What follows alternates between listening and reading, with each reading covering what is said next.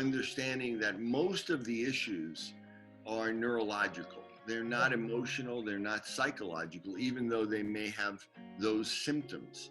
So the child isn't, behaving badly deliberately to be disrespectful, or they're not, lazy if they seem unmotivated at times. For the most part, there's a neurological issue going on. It's not the child's fault, and it's really not the parent's fault either. Our society today doesn't really build the brain in the best way. This is your child is not a bad kid, and they're not a bad person, and you're not bad parents. And understanding that there's a physical reason for this, and that it can be changed. And a real window into that is looking at your child's development. And, the most important thing that people don't realize is that the most important thing to build the brain in childhood is movement, moving their body. Motor skill is the foundation of cognitive skill. Doing things like on a computer or doing flashcards, or all of those things, are a waste of time in small children. You want them to move. And one of the biggest problems we have today is kids don't move a lot. They don't move a lot because they're in front of computers, they're in front of TVs. And a lot of it is that both parents are working, and we're afraid to let them out, right? So we understand other people's emotions by first understanding emotions in ourselves. We have to connect to our body. We have to feel our body. And that is what allows us to know what we're feeling our muscles, feeling feedback. That allows us to understand what we feel. I mean, the reason why we have facial expression is not to, first and foremost, to tell others what we feel. It's to tell us what we feel.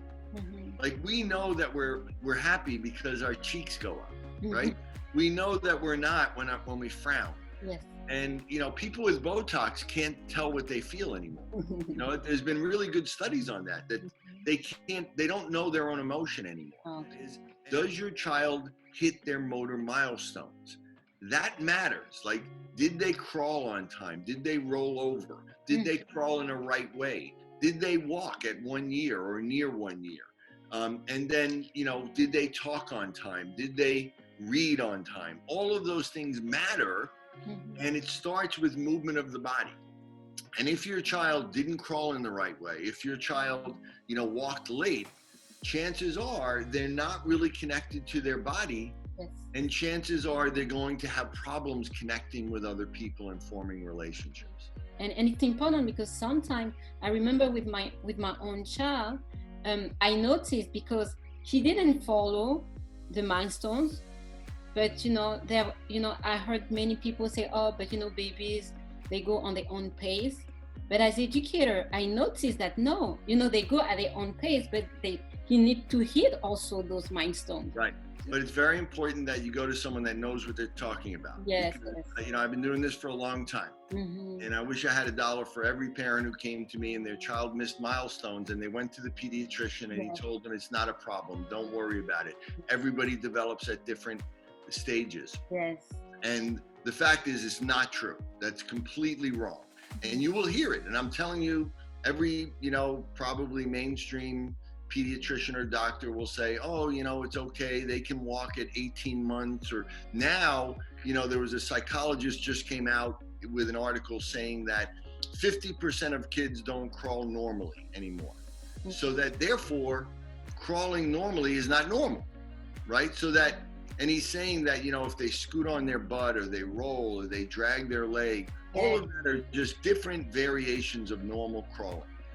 And that, again, if they don't, and that even walking up until 2 years is normal. That's completely wrong. And let me tell you, most psychologists know nothing about the brain. Most pediatricians know nothing about the brain. And it really makes me mad because they're saying that because they don't know what to do about it, right? And so, I always say we're normalizing pathology. So we see that there's an epidemic rise in neurobehavioral disorders in kids and in adults. And what we see is that if you look at them and say, well, they're okay, and there's more kids not crawling normally, but that's okay, that's normal now. But you're not following those kids out and seeing what happens when they go to school, what happens when they go to high school, what happens when they're adults. Are they suffering with mental health or attention problems or relationship issues? They're not following that out. They're looking at them and saying, yeah, they're okay, they're fairly healthy, whatever. They're not autistic but it's those milestones do matter. But the most important thing is, if your child didn't hit the milestones, you don't have to feel bad, because we can change that.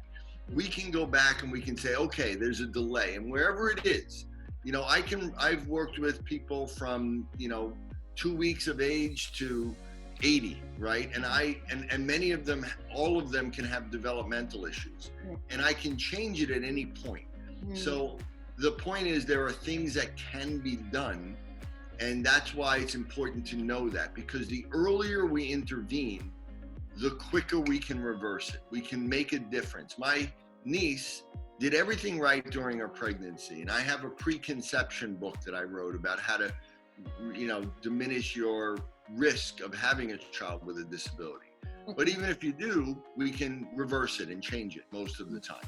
So her son was 10 months old, and he wasn't crawling properly. He was dragging one leg, and he was collapsing on one arm. So he would drag himself on. And again, the pediatrician said, don't worry. But she knew me, and I said, no, that's a problem. Yeah. And it was a problem because he had something called retained primitive reflexes. And he also probably had maybe a little bit of a birth issue, because he had a very big head when he was born. And so I did a little bit of work with him, but mainly I taught her how to do some crawling exercises with him, and we worked on his reflex. The next day, he started crawling normally. Okay. And from there, he never did not crawl, and he got faster and faster and faster. And now, as of 2 days ago, he just walked. So he's a little bit delayed, because he was delayed in crawling, right? He's supposed to crawl at 6 months. He didn't really crawl until 10 months. So he's a little bit delayed, but we caught up. Now, if we had not done anything and he progressed, and then he went on till he was 3 or 4 or 5 and nobody noticed anything, he may have gone to school and had dyslexia or a learning disability or ADHD. And, whereas now we could change it, and he probably won't have any cognitive delays. And the sooner we can know what is it, the better we can help. Right. And if you don't have a professional that understands that, go to a different professional. Yes. Because, again, we've known about these milestones for over 100 years, right? And this has been part of pediatric neurology exams. And now all of a sudden we're saying it doesn't matter. Now all of a sudden it's not a big deal, right? And we're expanding them. You don't want your child to just develop kind of at a normal level. You want your child to develop at an optimal level, right? You want them to have the most optimal brain development they can have, right? So those milestones mean something. And if they're not within a normal range, and that range is kind of tight, right? Like they'll tell you 11 to 16. Now some people say 18 months is normal for walking, right? I'll tell you that it's 11 to 14 months. If your child doesn't walk within 11 to the end of 13 months, there's a delay, and you need to jump on it, and there's a reason.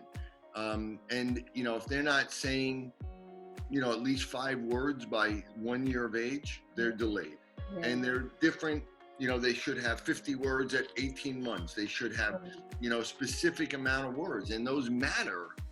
And there is a range, of course, but that range is a lot narrower for optimal growth and development. And, so somebody says, oh, it doesn't matter, don't worry about it. Go seek somebody else and keep on going to somebody until they say, you know what, it does matter, and there's something we can do about it now.